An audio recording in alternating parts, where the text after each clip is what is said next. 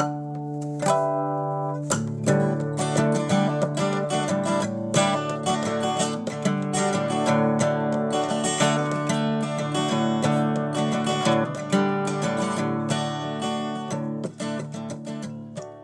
welcome to another episode of Artistic Meditations on God's Word.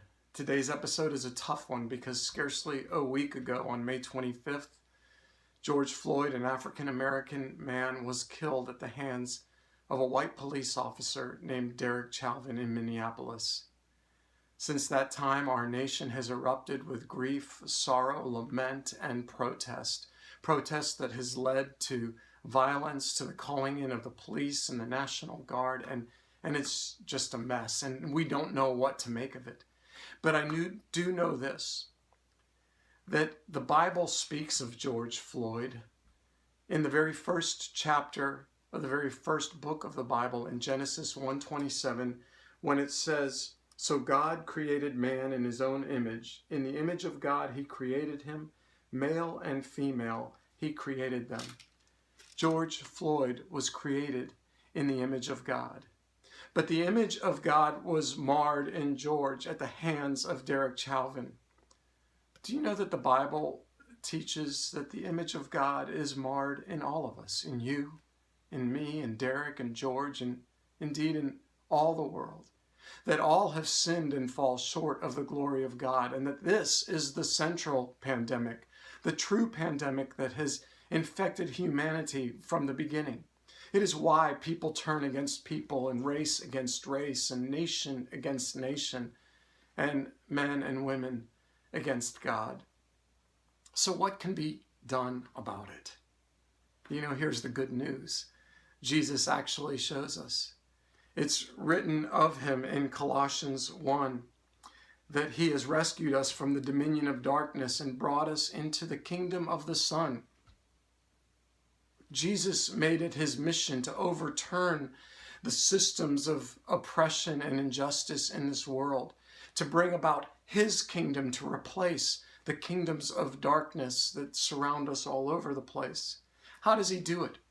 Well, Paul writes in that same chapter in Colossians 1:15 that he is the image of the invisible God, the firstborn over all creation.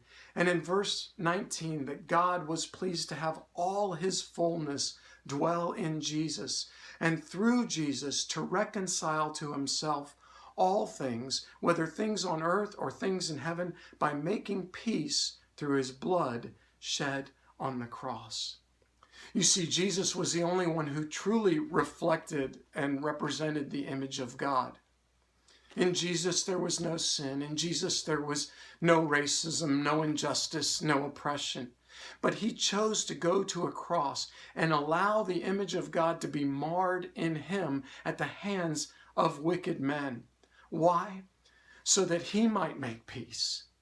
So that his blood would pay the price that all of humanity deserves to pay, Jesus paying it on our behalf, and then conquering death and rising again, now offers to us the opportunity to be reconciled to God and to have the fullness of the image of God restored in us. So here's what we can do. We can look at the systems of this world and realize they are marred too. Just like humanity, the systems that proceed from humanity are bound to be marred. So even those systems that benefit us in some way, we have to assume that they are marred and to say, Lord, how? How can we make a difference here? Martin Luther King understood this. He understood that Jesus' prayer, "Thy kingdom come, thy will be done on earth as it is in heaven," was a radical and subversive prayer, a prayer that was intended to enter into the kingdoms of this world and the dominion of darkness and call forth the kingdom of light to invade and to transform. That's what the Lord would have us do. That's the way to honor the memory of George Floyd and to make any sense of this tragedy, so that God's kingdom come. His will be done on earth as it is in heaven. I pray that we would have the power and the understanding to grasp this depth of God's love worked for us through Jesus Christ. Amen.